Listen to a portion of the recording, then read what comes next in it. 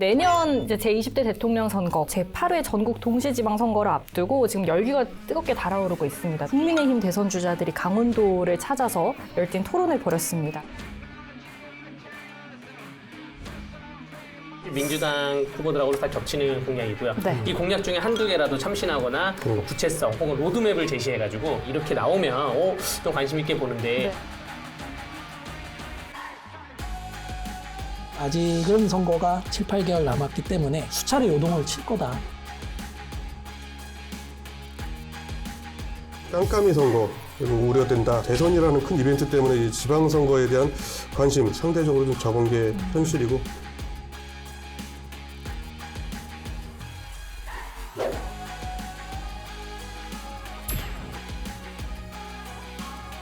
강원도 기자들의 거침없는 취재 뒷이야기 강원 기자회견 시작하겠습니다. 네, 이번 시간에는 박건상 꼰대 기자, 박건상 선배와 그리고 최기영 강원일보 핸섬 기자, 최기영 선배님 그리고 강대규 변호사님 함께 하겠습니다.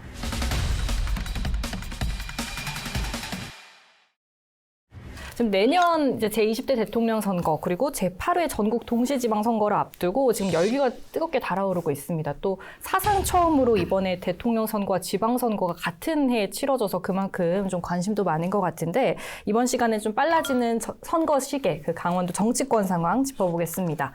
좀 먼저 대선 이야기부터 해보려고 하는데요. 지난주에 이제 국민의힘 대선 주자들이 강원도를 찾아서 열띤 토론을 벌였습니다. 좀 다들 어떻게 보셨는지 궁금한데요. 어떻게 보셨어요? 재미는 있었는데 네. 감동은 없었다.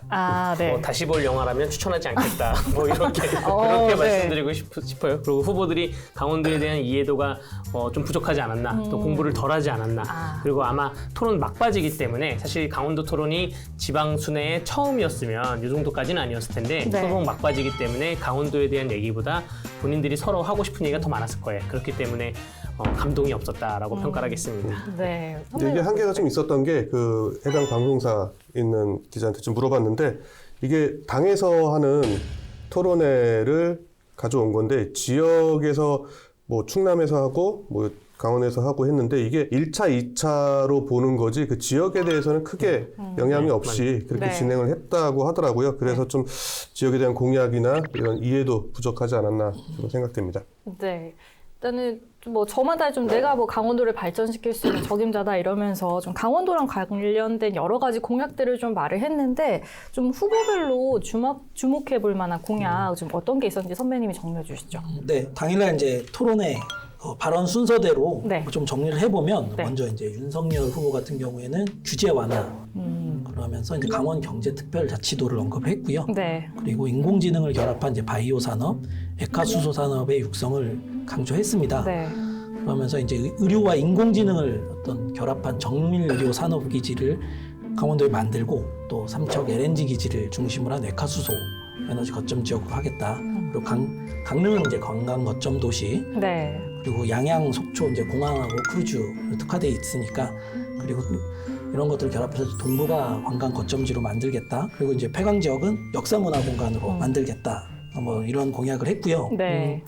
원희룡 후보 같은 경우에는 이제 영동과 영서의 격차를 또 얘기를 하셨어요. 네. 그리고 윤석열 후보와 이제 비슷한데 경제 그리고 산업 중심의 강원 특별자치도 도입을 약속을 했고요. 네. 원희룡 후보 같은 경우에는 제주 특별자치도를 운영한 경험이 있기 때문에 사실 이제 강원 특별자치도 도입 이런 부분에 대해서는 굉장히 좀 자신감을 갖고 있는 것으로 보이고요. 네. 원 후보 같은 경우에는 강조했던 한마디, 자신의 강원도 공약을 한마디로 표현하자면 강원도의 자연은 그대로 그리고 생활은 수도권으로 하겠다. 이렇게 강조를 했습니다. 네. 그리고 폐광지 같은 경우에 이제 카지노 지금 이제 독점적 지위를 갖고 있잖아요. 네. 그것도 이제 유지시켜 주겠다고 공약을 했고요. 이거는 이제 어떤 홍준표 의원에 대해 겨냥한 것을 좀 볼 수 있을 것 같아요. 유승민 후보 같은 경우에는 조금 이제 색다른 얘기도 나왔는데 군과 주민을 위한 어떤 통합 인프라를 구축하겠다 이런 네. 것들을 이제 군 장병들 그걸 가족까지 하면은 뭐 굉장히 뭐 강원도에 뭐 20만 명 가까이 될 것 같은데 군 장병과 가족들을 타겟으로 한 공약을 네. 그래서 이제 군 관사 문제 뭐 많이 열악하잖아요. 그리고 육아, 교육, 의료 문제 이런 것들을 좀 해결할 수 있는 통합 인프라를 구축하고 이것들 주민들과 군이 함께 공유하도록 하겠다. 뭐 이런 어떤 접경지에 대한 네. 그런 공약으로 볼 수 있을 것 같아요. 그리고 마찬가지로 또 경제특별자치도를 언급을 해서 접경지역 같은 경우에 이제 군사산림 농업 규제가 굉장히 중첩돼 있는데 네. 이런 것들을 조금 완화, 해소시켜보는 대안으로 삼겠다 얘기를 했고요. 홍준표 후보 같은 경우에는 마찬가지로 이제 수소산업 육성을 강조했어요. 네. 뭐 수소경제라는 것이 이제 여야를 떠나서 이제 뭐 미래 경제 한 축이다 보니까 이제 동해안 일대 수소산업 육성을 강조를 했고 이를 통해서 이제 동해안 항로를 이용해서 러시아와 직결하는 한국 러시아 벨트 구축. 그러면서 이제 북한은 빼고라고 굉장히 강조를 했어요. 네. 예. 그리고 이제 하늘길, 바닷길, 네. 땅길을 이제 구축하겠다. 이렇게 해서 이제 원주 양양공항 활성화 그리고 고속철 고속도로 조기 구축 지원 뭐 이거는 뭐 내 후보가 다 강조한 거긴 하지만 그리고 동해안을 북극항로 전진 기지로 해서 본인 이제 경부 연고지다 보니까 그쪽에 이제 포항이나 울산 이상의 네. 수준에 까지 끌어올리겠다. 그리고 저 폐광지 같은 경우에는 산림 바이오매스 산업을 유치하고 그 춘천 같은 경우에는 이제 강소 연구개발 특구 연구개발 쪽으로 특화를 하고 강릉에는 이제 스마트 그린 산단 그리고 원주에는 첨단 의료기기 산업 이미 굉장히 특화되어 있으니까 집중 육성하겠다 이렇게 꼽았습니다. 이 정도. 네. 그러니까 내 후보가 이제 뭐 규제를 완화하고 격차 문제를 해소하겠다 이런 부분에서 좀 비슷비슷한 것 같은데 좀 뭐 주목해 볼 만한 공약 같은 게 있으셨나요?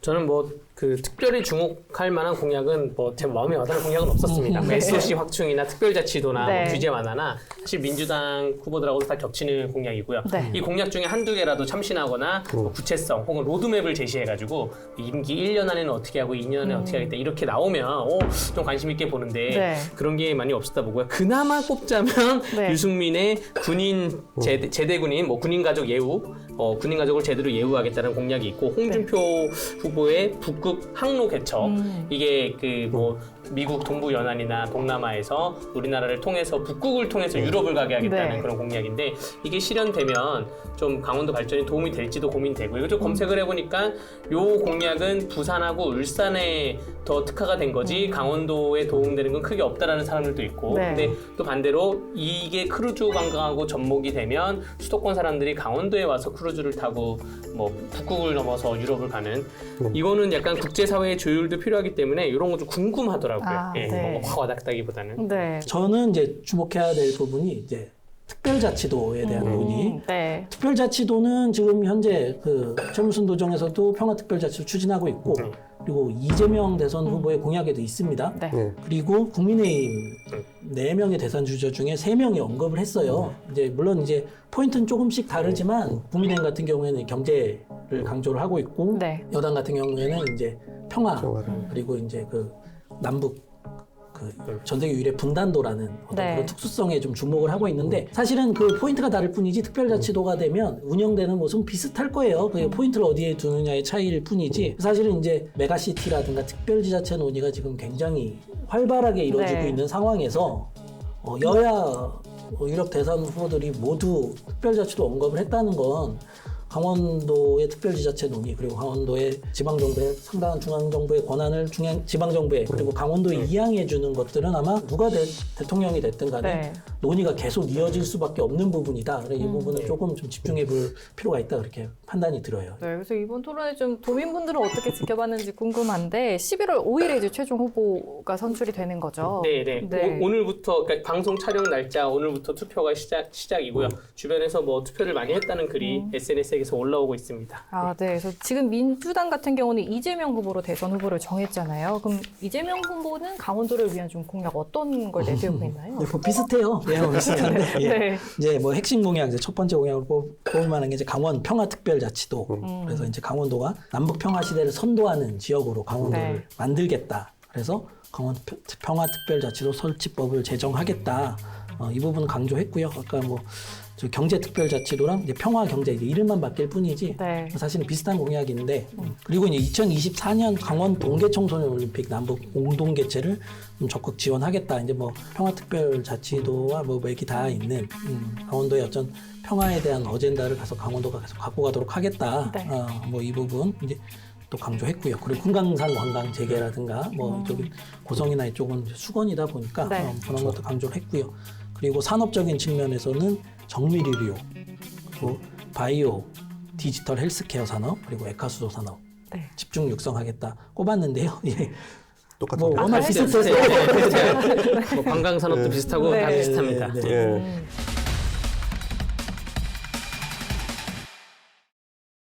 이번 또 차기 강원도지사 여야 후보 적합도 여론조사 결과도 좀 흥미로운데 이광재 의원, 야당에서는 권성동 의원이 선두로 나타났습니다. 좀 내용 정리해 네. 주시죠. 일단은 이광재 의원이 현재까지는 주변에 뭐 공식적이지는 않겠지만은 도지사 선거에는 출마하지 않을 거라는 의지를 뭐 여러 차례 주변에 피력을 했다고 해요. 그래서 이광재 의원은 아직은 변수가 많습니다. 실제로 뭐 나오지 않을 가능성도 저는 높다고 봐요. 그리고 권성동 의원 역시 제가 보기에는 아직까지는 뭐 크게 관심이 없는, 그리고 지금 뭐 재선 때문에 좀 정신이 없었기도 할 거고 이광재 권성동 같은 경우에는 이제 뭐 저는 그렇게 생각해요. 아직은 선거가 한 7, 8개월 남았기 때문에 그 인지도라는 것을 이제 당장은 뭐 여러 명의 후보 중에 내가 누구를 제일 잘 알아 뭐 네. 이런 것들이 있을 수 있기 때문에 아마 수차례 요동을 칠 거다.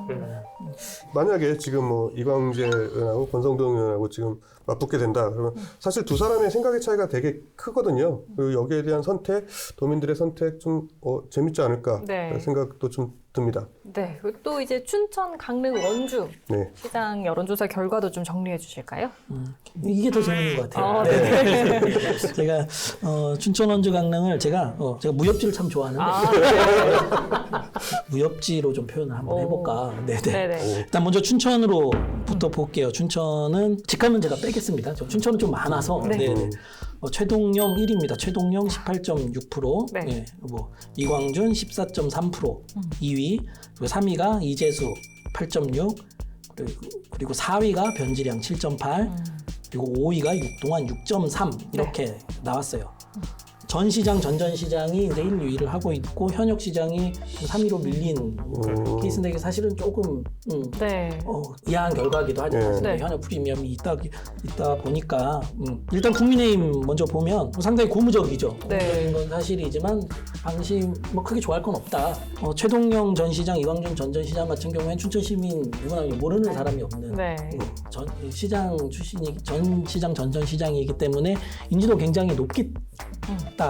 그런 부분이 좀 반영될 소지가 있어요. 네. 반영될 수가 있기 때문에 좋아는 하시되 뭐 그래도 선거 전략을 좀 디테일하게 좀 더 쌓아갈 필요가 있고 민주당을 보면 네. 민주당 후보 결정되는 과정이 더 사실 저는 더 흥미로울 수 있다고 보는데 지금 사실 이제 이재수 시장과 이제 육동환 이제 전 강원연구원장 이 두 분 차이가 거의 안 나고 그 여당 후보만 했을 때 누가 적합하냐라고 했을 때는 육동환 전 원장이 더 높게 나왔습니다. 네. 되려 육동환 원장 같은 경우에는 사실은 이제 정책과 이미지도 굉장히 강하고 어떤 외연을 넓히거나 확장성의 측면에서는 굉장히 강점을 갖고 있어요. 그리고 또 춘천이 또 공직 사회가 굉장히 주류인 도시다 보니까 그런 부분에서 이제 굉장히 좀 유리함이 있을 거고요. 반면에 이제 이재수 시장이 이번 여론조사에서는 뭐 꺾어졌다고 보기만은 어려울 거고요. 조금 더 춘천시장 선거는 조금 더 지켜볼 필요가 있다고 생각을 해요. 그래서 네. 춘천시장 선거는 굉장히 많은 후보들이 조금 나와 있는 상황이라서 제가 뭐 굳이 표현을 하자면 군웅할거 표현을 하고 싶습니다. 군웅할거고. 네. 예. 그리고 원주로 가볼게요. 원주 시장 선거는 이제 구자열 전 강원도 비서실장이 12.8 네. 1등이고요. 그리고 원광수 전 도의원이 8.6% 이제 1, 2위 이렇게 나왔습니다. 이제 구자열 전 비서실장이 계속 좀 이제 독주해오는 양상이었었는데 네. 이제 조금 좁혀진 것 같아요. 좁혀진 것 같긴 하지만 여전히 구자열 전 실장이 유리한 고지를 선점하고 있는 것만은 사실이다. 굉장히 오랫동안 좀 준비를 해왔고 네. 다만 이제 원주시장 같은 경우에는 그 극적으로 지금 우리 여론조사에 포함되지 않았던 후보가 극적으로 등판하는 가능성이 저는 네. 개연성이 있다고 봅니다. 아까 저기 박정화 당협위원장에 대한 얘기가 잠깐 나왔는데 네. 저희 강원일보 그 여론조사에서는 도지사 후보군으로 분류됐어요. 근데 시장 선거로 선회할 가능성이 남아 있거든요. 네. 남아 있다고 보기 때문에 만약에 박정화 위원장이 시장 선거에 뛰어들게 되면 지금까지 1등 굳건히 지켜왔던 이제 구자실장 입장에서 조금 이제 어려워질 수가 있어요. 선거전이. 네. 그래서 태풍 전략. 네. 하나하나씩 다 정리를 해보겠습니다. 해보겠습니다. 네. 강릉은 뭐 드릴 말씀이 없을 정도로 워낙 그렇게 주체제로 붙여져서 김한근 강릉 지금 시장, 김한근 현 시장이 22.7%, 그리고 2등이 이제 김중남 민주당 정책위원회 부의장인데 6.2, 차이가 너무 많이 나요. 1, 2 차이가. 지금 김한근 시장 좀 절대적인 으로 유리한 상황이 아닌가. 그래서 무혈 입성 이렇게 네. 정리해봤어요. 네. 또 이번 여론조사는 또 근데 부동층도 상당히 많잖아요. 그래서 이번 결과가 곧 뭐 이제 투표로 이어질지는 계속 지켜봐야 될 것 같은데 뭐 변호사님이나 선배님은 어떻게 보셨어요?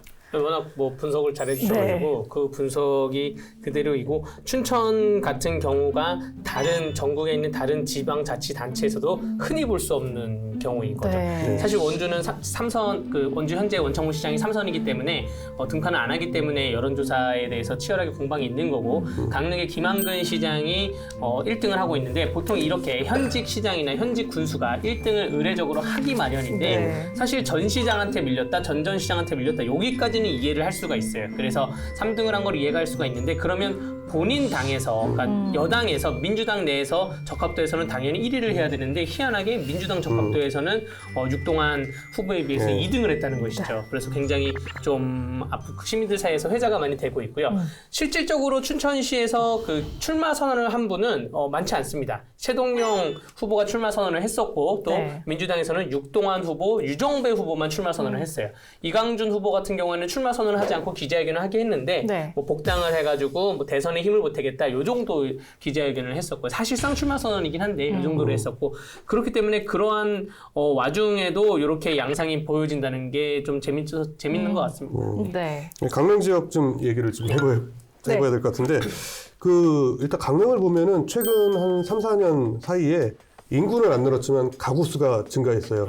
그러다 보면은 뭐 1인 가구, 2인 가구가 좀 늘었다고 볼 수 있는데 사실 뭐 노인 인구가 증가한 것도 있지만 그만큼 이제 수도권의 젊은 층들이 많이 이제 네. 유입되고 있다라고 좀 볼 수 있는데 그 보수 성향이 좀 강한 강릉인데 사실 그렇다고 해도 마음을 놓을 수 있는 상황은 아니지 않을까. 지금 현재 여론조사 같은 경우는 알고 있는 사람이 이 사람밖에 없다라는 이야기도 좀 많이 있었기 때문에 거기서는 한번 뭐 본선 들어가 보면은 사실 또 어떻게 될지 모르지 않을까라는 생각도 가져봅니다. 근데 또 예전처럼 마냥 젊은 층이라고 해서 민주당을 지지하거나 이런 건 또 아니기 때문에 양쪽에 다 좀 긴장을 해야 될 수밖에 없지 않나 싶습니다. 이 여론조사 결과에 도내 정치권이 좀 일희일비했을 것 같은데 앞서도 말했는데 저희가 불과 3개월 앞서 치러진 이 대선 결과에 지방선거 판도 좀 많이 뒤흔들릴 것 같아요. 좀 우려되는 건 어떤 게 있을까요? 지방선거의 경우 항상 우리 깜깜이 선거 그리고 우려된다. 맨날 이런 얘기 하거든요. 근데 뭐 요번에는 좀 더 심해지지 않을까. 대선이 너무 모든 이슈를 잡아먹고 있기 때문에 뭐 저희 뉴스에서도 이제 지방선거에 좀 집중하려고 해도 이 대선이라는 큰 이벤트 때문에 이 지방선거에 대한 관심 상대적으로 좀 적은 게 현실이고 사실 저희도 고민이 큽니다. 네. 아마 공천을 대선 전에 주냐 후에 주냐의 논란이 많은데 뭐 광역은 그 도지사급은 모르겠지만 지방 의원들은 아마 선거들은 공천을 다 대선 후에 줄 거예요. 그렇기 때문에 깜깜이가 더 커질 수도 있지만 반대로 강원일보가 이번에 여론조사를 한 것처럼 지방선거를 앞두고 언론사가 여론조사를 자주 돌리는 데는 한계가 있는데 대선은 뭐 여기저기 돌릴 수가 있단 말이에요. 근데 여론조사라는 게 돌릴 때 그냥 얹혀서 돌리면 돼요. 그렇기 때문에 대선이 원래 탄핵 전에는 12월 19일이었기 때문에 대선 선거 기간은 2달인데 그 추석 다음에 여론을 그 판단하는 그런 지표가 부족했는데 이번에는 송년회도 있고 신년회도 있고 설날도 있어요. 네. 그때 대선을 여론조사를 돌릴 때 각 지방별로 지방선거를 얹혀서 돌리면 국민들에게 깜깜이를 좀 더 밝혀줄 수 있지 않나. 이렇게도 약간 반대적으로 한번 분석해 봅니다. 네. 네. 선거가 가까워질수록 저희 강원 기자회견에서도 좀 더 이제 자주 이제 선거 얘기를 하지 않을까 싶은데, 어려운데. 네, 유권자분들도 많이 관심 가져주시면 좋겠습니다. 속 시원하게 할 말은 하자. 강원도 열혈 기자들이요. 눈치 보지 말고 강원 기자회견으로 모이세요. 모이세요.